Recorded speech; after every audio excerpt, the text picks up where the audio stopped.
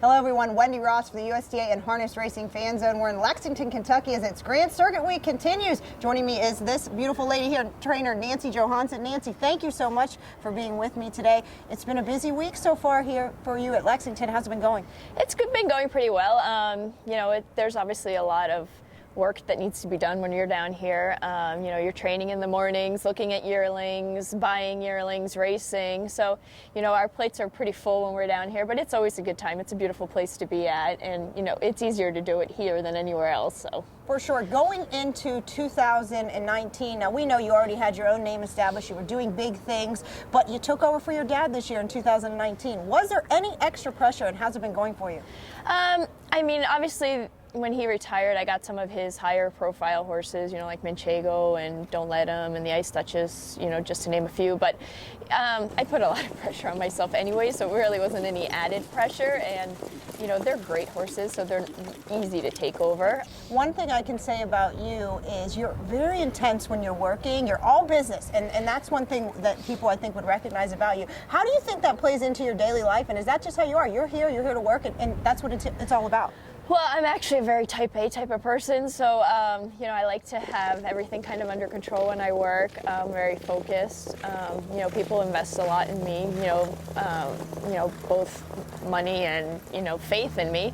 So when I work, I'm very focused. I'm here to do a job, and I try to execute that job as best as I can. Well, I certainly think you're doing very well at it. That's for sure. Let's talk about the sale this week. Now, I remember interviewing you last year in 2018. You had a horse by the name of Tall Dark Stranger. It was the highest price yearling that you had bought. It was $330,000. You were over the moon excited, a little bit nervous then. Tall Dark Stranger, obviously one of the top 2-year-olds in the sport. That's worked out. Let's talk a little bit about him first. Tell us about Tall Dark Stranger. Super nice colt. He's a pleasure to train. Does everything right. Obviously he's 6 for 6. And he won both of his baby races too. So he's just an exceptional colt. He's got a great mind, great attitude, great gaited. I can't put enough superlatives about how great he is. So obviously that worked out, that sale last year, when we bought him.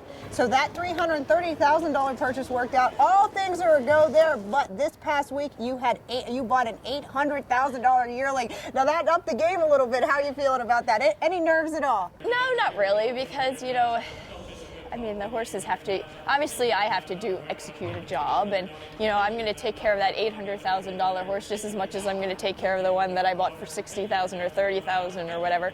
So, once we break them, they all kind of just fall into our system and our routine, and it's, my job to make sure that they get to the races and, match them as well as I can.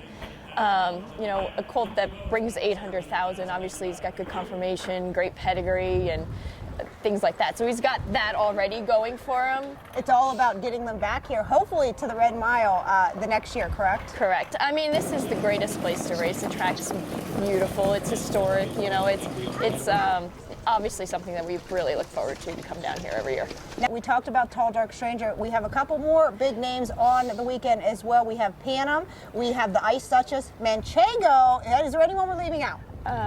Kissing in the Sand. And Kissing in the Sand. My favorite. She is your favorite. It's been a little bit of a rocky 2019 for her, but hey, she's still okay. And what does she have, the rail this week? Yeah, she has the rail this week. It's tough for these 4-year-old fillies or mares to come back. She was exceptional last year. She raced a really tough season last year. She had a lot of tough trips, as I'm sure a lot of people remember. She had a lot of first up, a lot of grinding things out.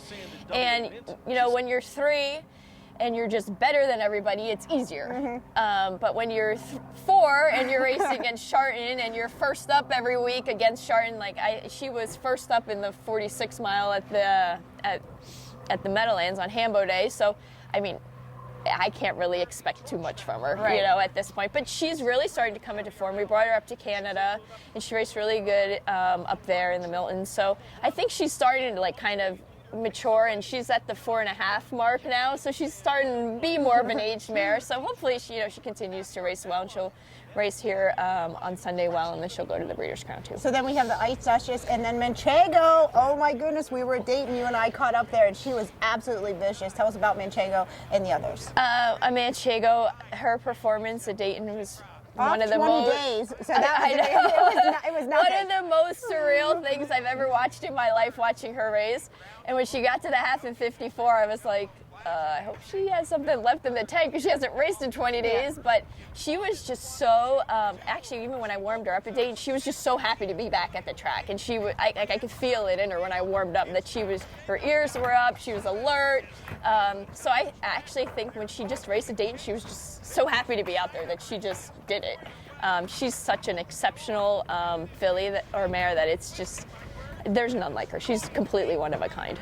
Nancy, thank you so much for being with us. We know you have a busy weekend on tap, so what is your favorite part about being here at Lexington?